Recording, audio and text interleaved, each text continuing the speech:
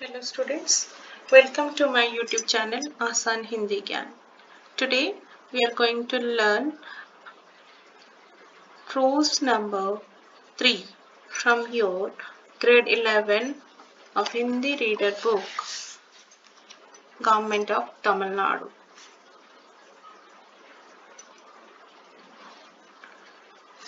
So let's see what was the name of that prose.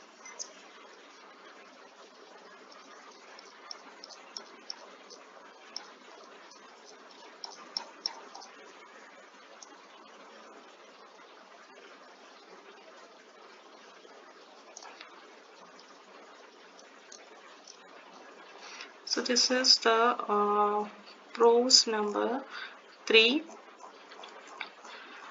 भाव या मनोविकार. The name of the prose is भाव या मनोविकार. ये गद्य है और इसके रचयिता है निबंधकार है आचार्य रामचंद्र शुक्ल जी. So भाव या मनोविकार is written by आचार्य रामचंद्र शुक्ल. जैसे मैं हमेशा बोलती हूँ कि before entering to the prose we have to know about the writer. लेखक परिचय कुछ इस प्रकार है. आचार्य रामचंद्र शुक्ल जी का जन्म उत्तर प्रदेश के ओगाना ग्राम में सन 1884 में हुआ, यानी कि 1884 in Ogana village of UP. Acharya Ramchandra Shukla was born. उनकी प्रारंभिक शिक्षा उर्दू और अंग्रेजी में हुई थी. Basic education, his basic education was started in both the languages Urdu and English. विधिवत शिक्षा के लिए केवल इंटरमीडिएट तक कर सके. If you are analyzing his education study career, he had done only intermediate. फिर मिर्जापुर के मिशन स्कूल में वो अध्यापक बने. Mirzapur mission school he appointed as a teacher. बाबू श्याम सुंदर दास ने इनकी विद्वता से प्रभावित होकर हिंदी शब्द सागर के संपादन में उनको अपना सहयोगी बनाया. बाबू श्याम सुंदर दास was a editor of this Hindi शब्द सागर magazine. During that time, whenever he comes across Ramchandra Shukla, though Ramchandra Shukla ji was very talented, that's why Babu Samsundar Das also make Acharya Ramchandra Shukla as his assistant. Hindu विश्वविद्यालय वाराणसी के हिंदी विभाग के ये अध्यापक बने. Doctor Shyam सुंदर दास के अवकाश ग्रहण करने पर हिंदी विभाग के अध्यक्ष हो गए. Initially Acharya Ramchandra Shukla ji was appointed as a lecturer in Hindu विश्वविद्यालय Hindu University of Varanasi as a Hindi professor. Then later on, after Dr. Samsundar Das getting retired from his job, Acharya Ramchandra Shukla was appointed as the chairperson of Hindi department in that university, Hindu Vishwavidyalaya at Varanasi. उनकी कई भाषाएं पढ़ने की इच्छा हुई. संस्कृत, अंग्रेजी, बंगला और हिंदी भाषा में निपुण बने. हिंदी साहित्य में वे प्रसिद्ध कवि और निबंधकार बने. उनके प्रसिद्ध ग्रंथ हैं तुलसीदास, जायसी ग्रंथावली, सूरदास, चिंतामणि, मीमांसा, हिंदी साहित्य का इतिहास. These are the books which was written by Acharya Ramchandra Shukla, and he has very expert in not only in Hindi language but also in English, Sanskrit and Bengali. This is all about the writer introduction and all about the writer who has written this beautiful prose, very interesting prose, भाव या मनोविकार. Let's see what is there inside this prose. इस गद्य में क्या है, चलिए देखते हैं. इसका सारांश कुछ इस प्रकार है। बच्चा जब इस दुनिया में आता है तब केवल एक जोड़ी अनुभूति लेकर आता है। उसके छोटे से हृदय में दुख और सुख आदि दो ही अनुभूतियां रहती हैं। रोना या हंसना इनके चिन्ह होता है। जब पेट खाली रहता है तब बच्चा रोता है, जब भर जाता है तब हंसता है। So here firstly the writer is narrating about a infant. So whenever baby burn और एक जब घर पे एक बच्चा पैदा होता है तो बच्चे usually infant they neither speak nor they can express their feelings, their sorrows in words. So they are using the symbols. They are giving some signals, symbols. From that, mother is able to understand actually what does that infant want. तो बच्चा जब इस दुनिया में आता है उसे कुछ बोलना नहीं आता है। वो सिर्फ जब इस दुनिया में आता है मतलब जब वो पैदा होता है तो एक जोड़ी अनुभूति लेकर पैदा होता है। एक जोड़ी अनुभूति का मतलब यहाँ पे है एक्सपीरियंस। उसके पास सिर्फ दो ही तरह के एक्सपीरियंस होते हैं। एक जोड़ी मतलब एक जोड़ा मतलब दो चीज उसके अंदर होते हैं। Two things are there in that particular group. So होता क्या है उसके छोटे से हृदय में दुख या सुख ये दोनों अनुभूति दोनों इमोशन होते हैं। The babies, the infants, they are having either two things. They're very simple and they are having two things in their heart. One is sadness, another one is happiness. So ये दो ही जोड़ी है जिसकी अनुभूति लेकर बच्चा पैदा होता है। तो ये जब दो जोड़ी अनुभूति है ये दो जोड़ी एक्सपीरियंस और दो जोड़ी इमोशन इसके अंदर है बच्चे के अंदर तो उसका प्रकट करने का to show these emotions they have to use some symbols because the babies are very small, neither they can talk to express their feelings nor they can write. सो उन्हें लिखना पढ़ना तो नहीं आता है, बोलना भी नहीं आता है, उन्हें कोई शब्द भी नहीं मालूम है। तो ये जो अपने मन के ये बच्चे जो अपने मन के दुख या सुख ये दोनों इमोशन को व्यक्त करते हैं, दोनों इमोशन को बताते हैं। उसका दो सिंबल होता है। Whenever they are very sad or whenever they are very feeling sad, they are used to cry. Whenever they are happy, they used to laugh. They will laugh, they will move their hands and legs very happily. जब पेट खाली रहता है तब बच्चा रोता है, जब भर जाता है तब हंसता है। उन्हें करना कुछ नहीं होता है। बच्चे को जब बच्चे पैदा होते हैं उनका जन्म होता है तो बच्चों को सिर्फ खाना सोना ये होता है, दोनों चीज होता है क्योंकि बाकी वो कुछ काम नहीं कर सकते हैं। तो जब उनका पेट खाली रहता है वो तो नहीं आके बोल सकते हैं बड़े बच्चों की तरह कि माँ मुझे खाना दो, तो वो कैसे बोलेंगे? जब पेट खाली रहेगा किसी को भूख लगेगी तो डेफिनेटली उसे दुख होगा, तो उस दुख को वो व्यक्त करने के लिए उसे दिखाने के लिए वो एक चिन्ह का इस्तेमाल करते हैं। वो चिन्ह होता क्या है? रोने का। जब बच्चा बहुत रोता है तभी माँ को समझ में आ जाता है कि उसका पेट खाली है, उसे कुछ खाना चाहिए, तो माँ आकर खाना खिला देती है। जब भर जाता है मतलब जब वो खाना खा लिया उसके बाद उसके पेट भर गया, his or her stomach is full now, so they used to laugh at that time, they are happy because they are happy. जब बच्चा भिन्न भिन्न विषयों का ज्ञान प्राप्त करता है तब उन विषयों से संबंधित इच्छा की अनेक रूपता के अनुसार अनुभूति के भिन्न भिन्न योग संगठित होते हैं। इनको ही भाव या मनोविकार कहते हैं।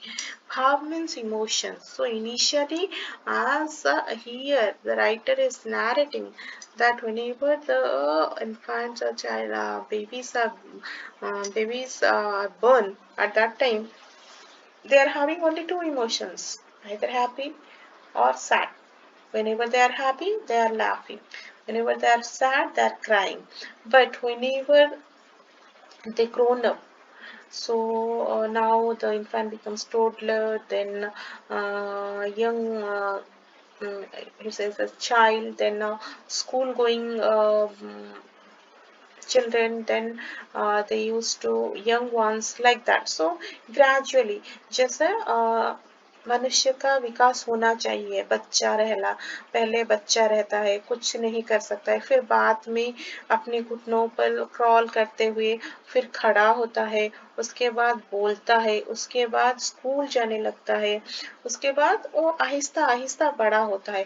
तो जबकि वो बड़ा होता जाता है, उसकी अनुभूति जो वो चारों तरफ वो देखता है, बहुत सारे विषयों के बारे में, बहुत सारे चाहे वो पढ़ने के संबंधित हो या फिर सोसाइटी को लेकर जो भी विषय है, उसके हिसाब से वो जो दिखता है वो उसके आधार पर प्रश्न पूछता है. So usually the small children, they used to ask so many questions based on their curriculum or else based on the society. Some small incident also, if they saw and they analyze that thing, they will ask so a lot of things.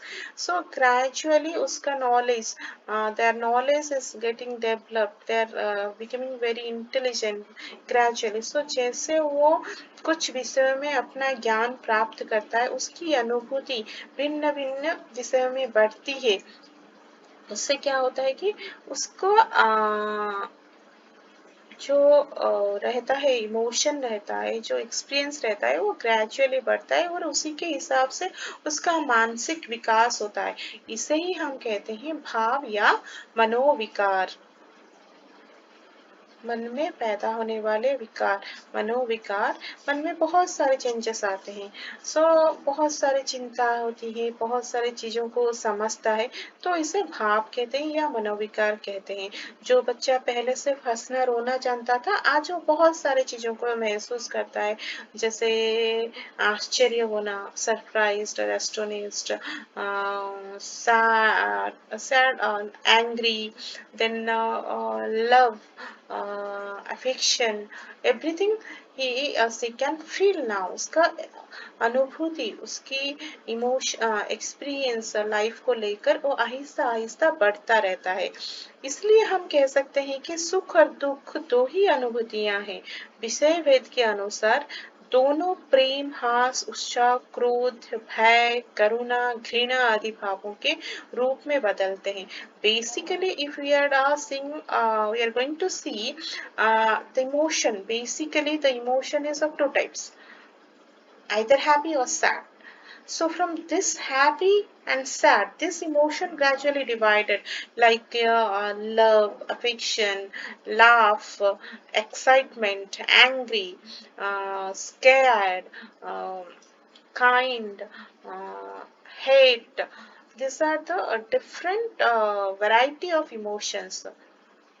प्रेम हुआ, love, हास हुआ, हंसना, to laugh, उत्साह means excited, क्रोध means angry, भय means scared, करुणा means kind, घृणा, घृणा का मतलब हुआ hate. So ये सारे इमोशंस उसी बेसिक थिंग से आते हैं, जो है दो तरह के, एक हुआ खुशी और दूसरा हुआ दुख, सुख और दुख.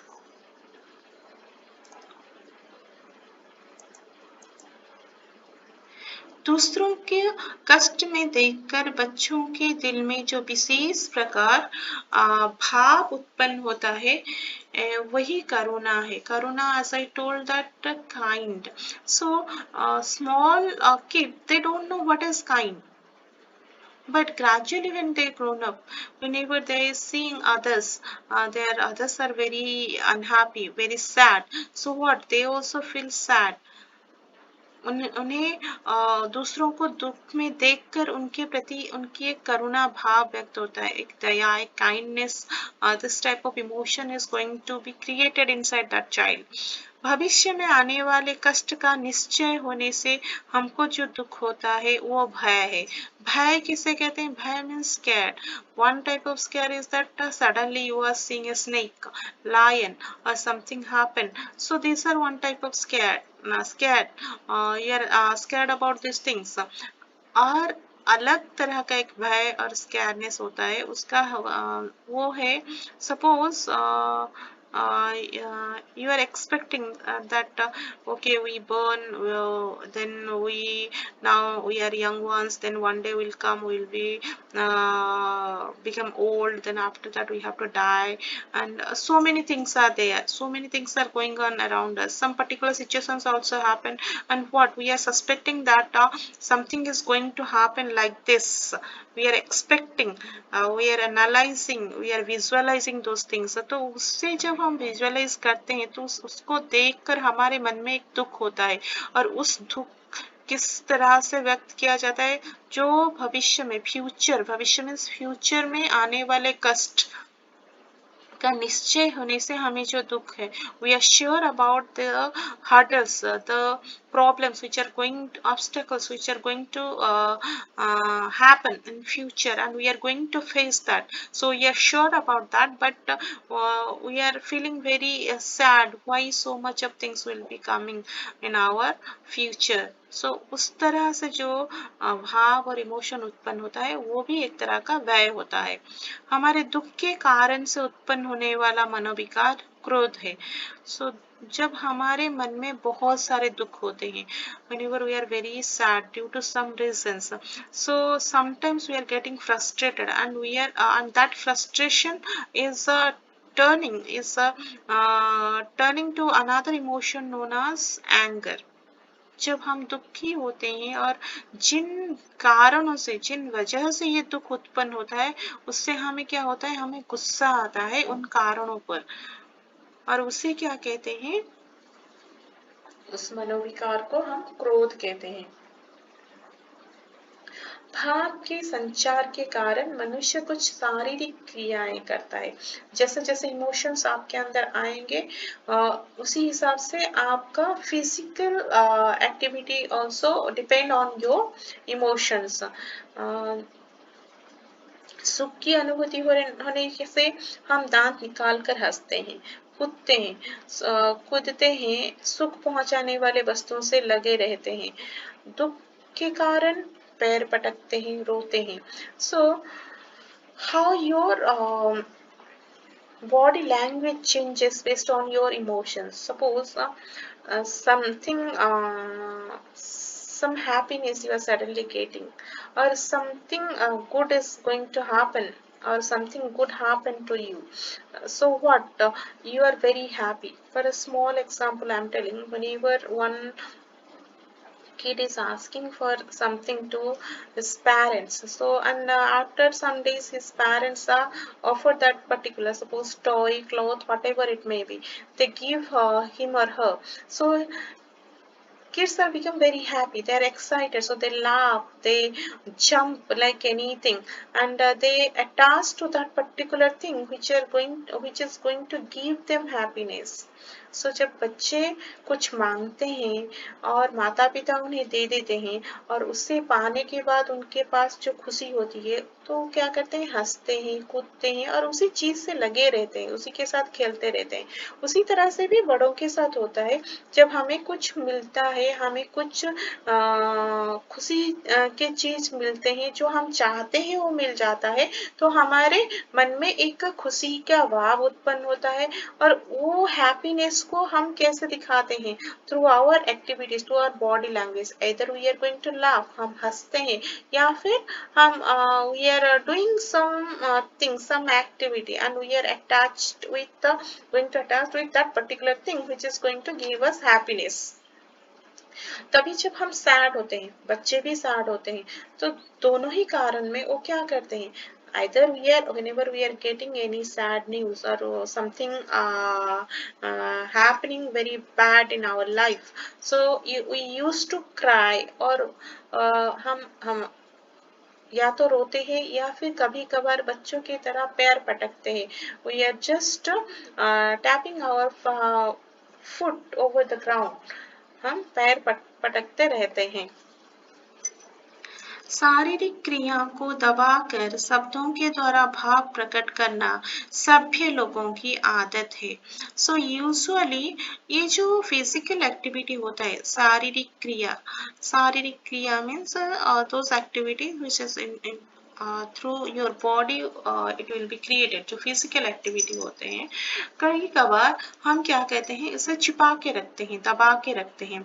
जो सभ्य होते हैं, क्योंकि ये जो शारीरिक क्रियाएं होती है, ये पैर पटकना, कूदना, उछलना, ये बच्चों में शोभा देता है, बच्चे करते हैं या फिर कई हद तक टीनेजर्स करते हैं. लेकिन जो बड़े लोग होते हैं, जो उम्र में बड़े हो चुके होते हैं, जो मैच्योर पर्सन्स होते हैं, जो सभ्य लोग होते हैं, वो क्या करते हैं, इसे दबाकर, छिपाकर अपने अंदर रखते हैं. तब लेकिन वो कैसे इस भाव को प्रकट करते हैं, इस इमोशन को भी वो कैसे दिखाते हैं, थ्रू द वर्ड्स, शब्दों की सहायता से. through the help of with the help of these words they are going to express their emotions, whether it is happiness or it is sad. क्रोधी को झपटने की जरूरत नहीं, इतना कह देना पर्याप्त है कि मैं तुमको पीस डालूंगा. So here one idiom is given here, मैं तुमको पीस डालूंगा. पीस डालूंगा means I am going to smash you, I am going to mix you, I am going to destroy you. The meaning is I am going to destroy you. So this idiom मैं तुमको piece डालूंगा, here no one is going to grind anyone. Only the word is he told मैं तुमको piece डालूंगा, I'll smash you. So this word is enough to show his anger to the front person. Front person can easily identify that okay, this person is getting angry with me.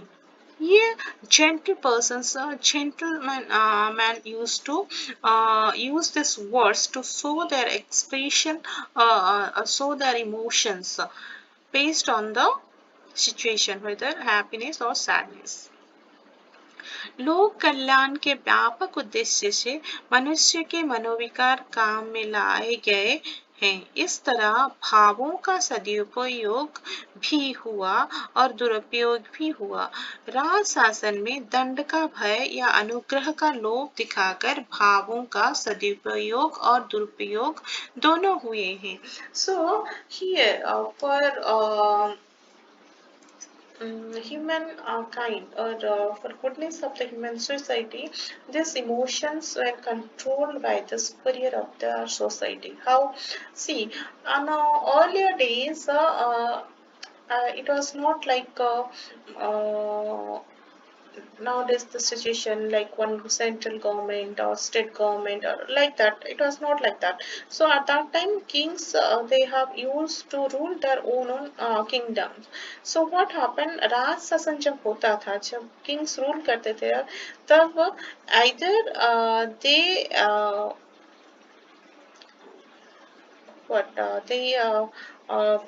motivate or they can change the emotions or change the feelings of the person by showing them two things. Either they can give you something as a bribe, or they can offer they can scare the people. They can people are getting scared about the punishment whatever it is going to be given by the uh, ruling king और ruling persons. सो राज शासन में क्या होता था, वो दंड का भय दिखाते थे. आप ये करो नहीं तो आपको ये दंड दिया जाएगा.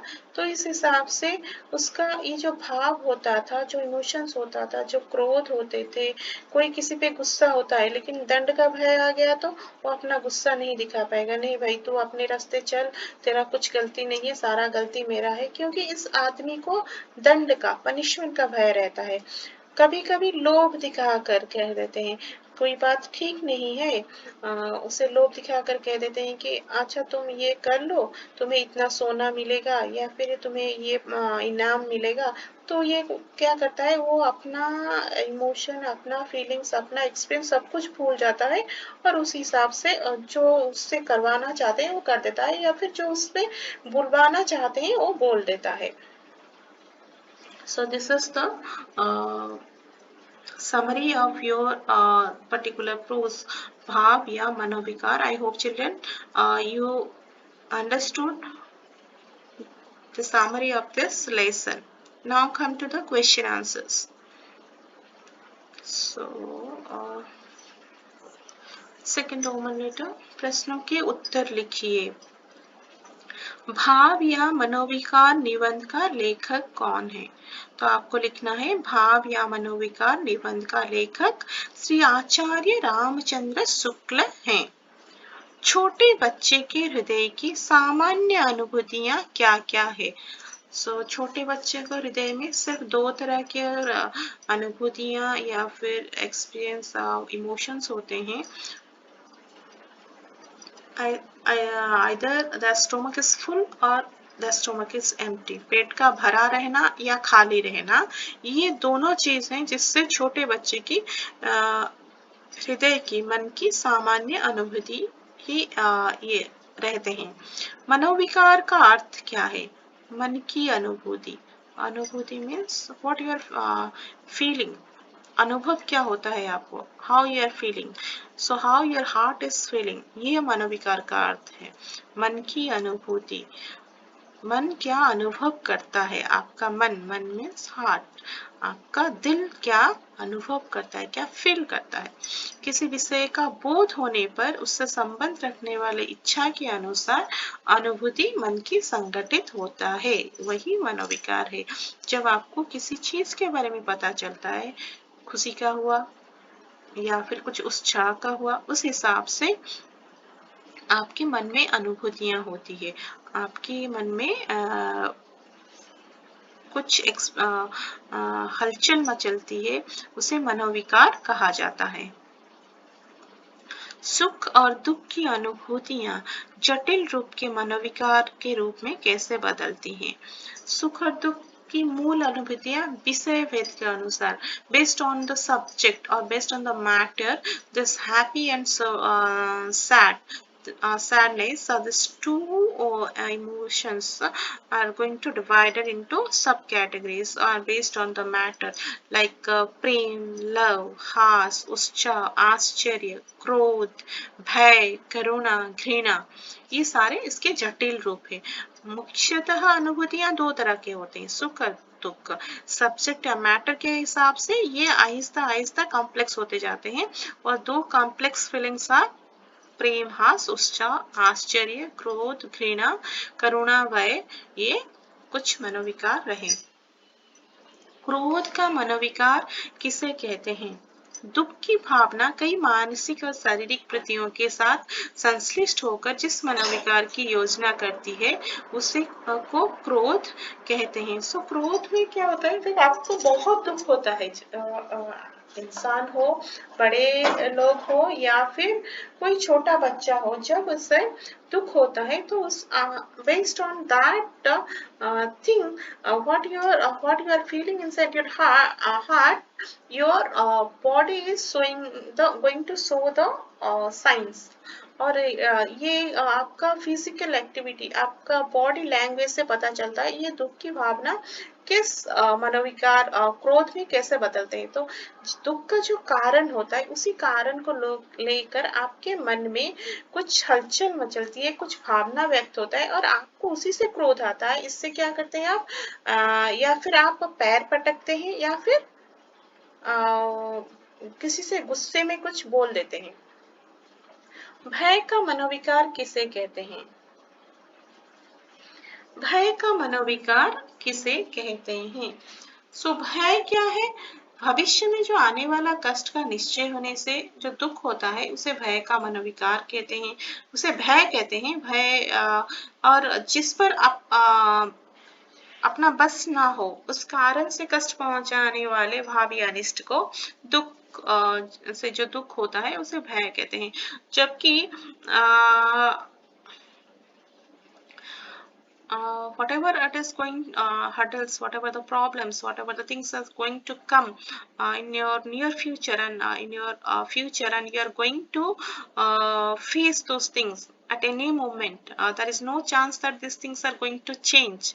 So इससे होता क्या है कि जो भविष्य में आने वाले कष्ट हैं, जो दुख तकलीफ है, उस पर अपना कोई बस नहीं है, उस पर हम कुछ भी नहीं कर सकते हैं।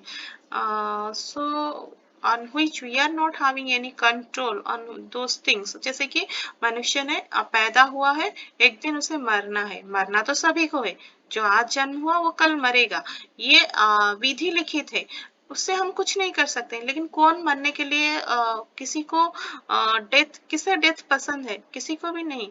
No one wants to die. So इसका मतलब ये तो नहीं है कि हम इससे इससे भय पाएंगे। लेकिन होता क्या है कि उसके कारण इस भय पर, इस अनिश्चित भविष्य पर हमारा कोई वश या फिर हमारा कोई कंट्रोल नहीं होता है। लेकिन ये श्योर सर्टेन थिंग है जो कि आने वाला है, और उसी को सोच के हमारे अंदर एक दुख होता है, और उस दुख एक भय के रूप में आता है, उसे भय कहलाया जाता है। मनोविकार की अनेक रूपता का विकास कैसे होता है? विषय बोध की विभिन्नता और उससे संबंध रखने वाले इच्छाओं की विभिन्नता के अनुसार मनोविकार की अनेक रूपता का विकास होता है। जैसे मैंने आपको बताया था कि बच्चा जब पैदा होता है तो उसे कुछ पता नहीं होता है सारे चीजों के बारे में, लेकिन आहिस्ता आहिस्ता क्या होता है, जो चीज हो उसके आसपास होते जाते हैं, whatever the incidents are going to happen, or whatever the things is coming across are going to come across in his life, उसके हिसाब से वो आहिस्ता उम्र में बढ़ता है। Physically he is developing, mentally also he is developing. Now mentally he is able to analyse all the things. जब एनालिसिस होता है तो उसके हिसाब से क्वेश्चंस भी आते हैं, उन प्रश्नों के समाधान होने पर, उसके सारे विषय पर सारे ज्ञान होने पर और उससे संबंध रखने वाली इच्छाओं के विभिन्नता के अनुसार, अनेक रूप के अनुसार आपका मनोविकार का भी अनेक रूप में पैदा होते हैं और उसका विकास या डेवलप होना शुरू होता है। विशुद्ध सुख के भाव में हम क्या क्या करेंगे? विशुद्ध सुख मीन्स प्योर हैप्पीनेस। उससे क्या करते हैं, हमें जब प्योर हैप्पीनेस मिलता है हम हंसते हैं, दांत निकाल कर, हम मन खोल के हंसते हैं, कूदते हैं, या फिर जो चीजें हमें खुशी देती है उसी से जुड़े रहते हैं। विशुद्ध दुख के भाव में हम क्या क्या करते हैं, जब really we are getting hurted, really we are very sad, हम क्या करते हैं, पैर पटकते हैं, we're tapping our foot on the ground, on the floor। और फिर दूसरा क्या होता है, सबसे simple, we used to cry। और जो दुख हमें, जो चीजें, जो व्यक्ति या फिर जो वस्तु हमें दुख देता है उससे हम दूर रहते हैं। Nobody wants to attach to those things or those persons who are going to hurt them, who are going to be the reason of their sadness। शरीर में किन किन कारणों से होता है? कंप मीन्स आपका बॉडी में एक तरह का वाइब्रेशन होना, बॉडी सेक होना, जैसे बोलते हैं ना, जब आप बहुत सारा डर जाते हो, यू आर वेरी स्कैर्ड, तो हाँ, you are shivering like anything. So ये जो कंप होता है, ये कुछ इमोशन से होता है, कुछ संवेदन से होता है, जैसे कि भय हुआ। If you are scared, sometimes some persons, they will get extremely angry, and so that their body also sick, or they also shiver in due to angriness। So क्रोध से भी होता है, और प्रेम के कारण भी होता है, ये प्यार के कारण भी आपके शरीर में कंप पैदा होते हैं। क्रोध की व्यंजना कैसे प्रकट होती है? क्रोध के यह कहने की कि मैं उसे पीस डालूंगा, क्रोध की इसी हिसाब से क्रोध की व्यंजना प्रकट होती है। मतलब आपको आपका यहाँ पर बॉडी लैंग्वेज, शारीरिक हरकतें, शारीरिक क्रियाएं दिखाने की जरूरत नहीं है। सभ्य लोग क्या करते हैं ना, सिर्फ शब्दों का इस्तेमाल करते हैं। They use to tell some words, from that words others should understand well that this person is getting very angry. So वही शब्दों के माध्यम से वो अपना क्रोध प्रकट करते हैं। जैसे कई कई बोलते हैं कि मैं उसे पीस डालूंगा, लाइक दैट। क्रोधी कैसा व्यवहार करता है? क्रोधी अपना क्रोध प्रकट करने के लिए तोड़ने फोड़ने, मारने पीटने या का व्यवहार करता है। सो some persons, they will lose their temper whenever they are very angry. So during that time, what they used to do, वो बहुत तोड़ फोड़ करते हैं। तोड़ फोड़ करना मतलब they used to break all the things, or they don't hesitate to break also very costly things, और मारते पीटते हैं। they used to hit others, they used to beat others in during due to their angerness. So क्रोधी ऐसा ही behaviour या व्यवहार करता है।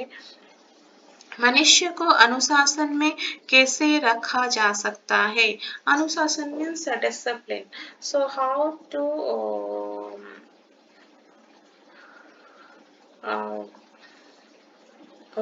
you have to bind the human beings on a proper discipline. Two way, either you can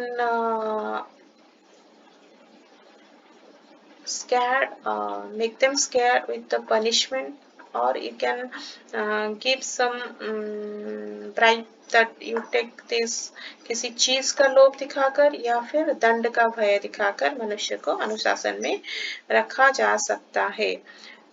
भीतरी या सच्ची प्रवृत्ति निवृत्ति को कैसे स्थायी रूप में जागृत रख सकते हैं?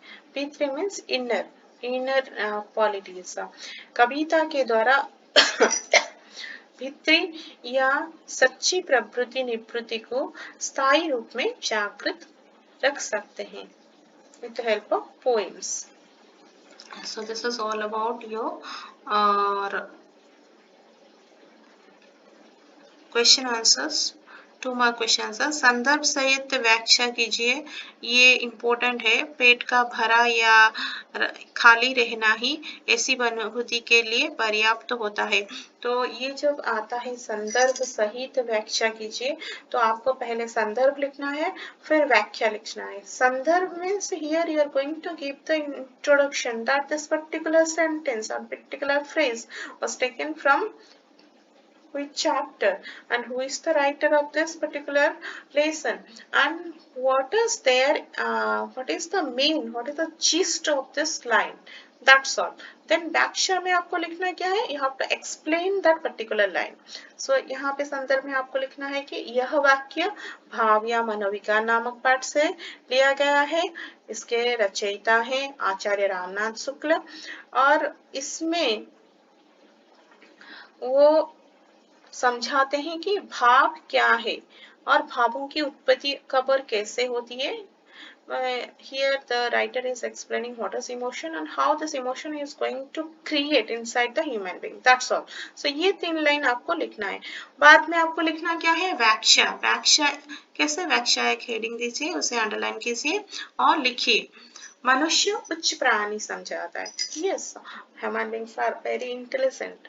No one is there like human beings because they can analyze, they can think, and other than